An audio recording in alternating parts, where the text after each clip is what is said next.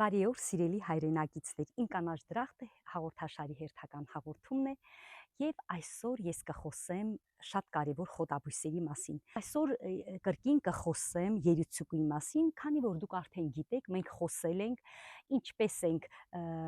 ցանում սերմերը, ինչպես ենք տնկում երիցուկի սածիլները։ Հիմա արդեն տեսնում եք, մեր մոտ պատրաստ են եւ մենք արդեն սկսել ենք երիցուկի բերքահավաքը։ Երիցուկը շատ հեշտ է մշակել, նա քմահաճ բույս չէ եւ բավականին օգտակար է աղեստամոքսային տարբեր հիվանդությունների դեմ, ինչպես նաեւ բորբոքային պրոցեսների։ Քնաբեր է, այսինքն հանգստացնող նշանակություն ունի եւ երիցուկի թեյերի օգտագործումը կարող է բավականին բարելավել ձեր առողջությունը։ Սակայն մի անհանգստացնող փաստ, որ այսօր արկա է Հայաստանում, նշեմ, որ այս երիցուկի ծաղիկները, որոնք մենք հավաքում ենք անտառներից, որոշ մարդիկ նույնիսկ մշակում են իրենց տնամերձներում, դրանք իրական դեղատնային երիցուկը չեն։ Տեսեք, Հայաստանում եւ ընդհանրապես Անդրկովկասում դեղատնային երիցուկ վայրի վիճակում չի աճում։ Մենք ունենք մի քանի տեսակներ, մեկը անթեմ գարշահոտ, որոնք հիմնականում լինում են ճանապարհաեզրերին, մեղմ կլիմա ունեցող տարածքներում շատ արագ տարածվում են եւ նրանք բավականին թունավոր բույսեր են։ Որպեսզի պատկերացնեք, նրանք օգտագործում են նաեւ օրգանական գյուղատնտեսության մեջ եւ նրանից ստանում են պատրաստուկներ, որպեսզի սպանեն վնասատուներին, այսինքն վնասատուների դեմ պայքարում են օգտագործում։ Նույնիսկ բոլորից ծանոթ ռիդոմիլը, որ կա, ռիդոմիլ գոլդ պրեպարատը, նրա մեջ կա այդ իմ նշած թունավոր երիցուկի կամ անթեմ գարշահոտի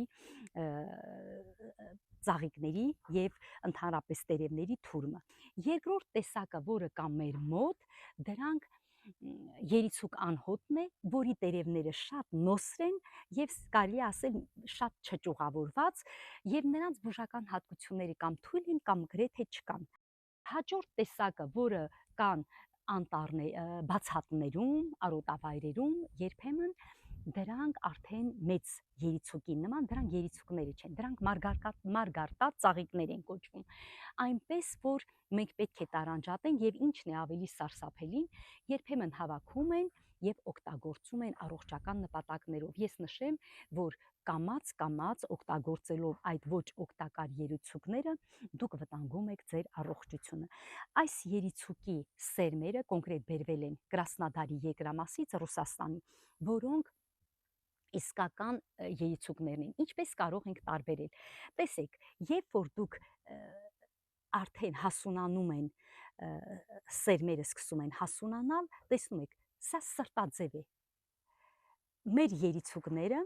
որոնք չունեն բուժիկ նշանակություն, ավելի հարթ են, այսինքն երբեք այսպիսի ուռուցիկ չեն լինում սերմերը։ Ես նշեմ, որ սերմերը շատ մանր են, փոշու նման եւ պետք է հավաքելու ժամանակ շատ ուշադիր լինեք։ Իհարկե մենք դեռևս սերմերը չենք հավաքում, այս պահին ընդհանրապես ծաղիկներն ենք հավաքում, բայց սերմերի ժամանակ,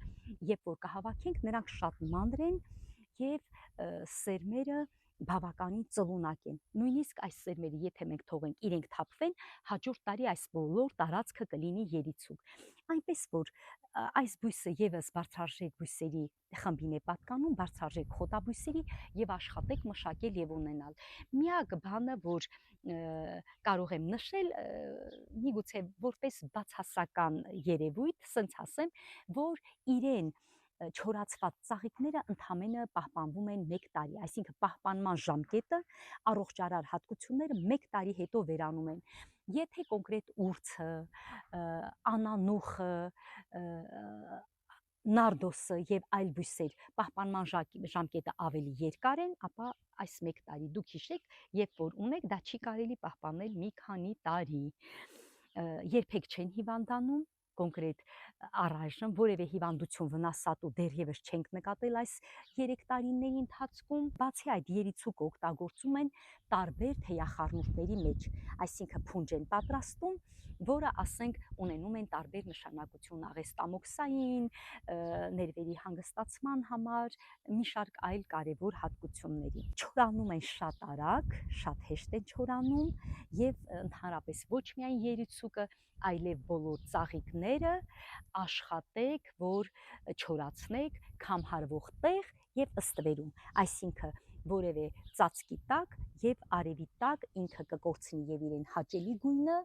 եւ թեյի գույնը այնքան հաճելի չի լինի եւ նաեւ օգտակար հատկությունները։ Երուցուկի մասին երևի թե այսքանը, դուք կարող եք նաեւ ծաղկամանների մեջ աճեցնել հենց ձեր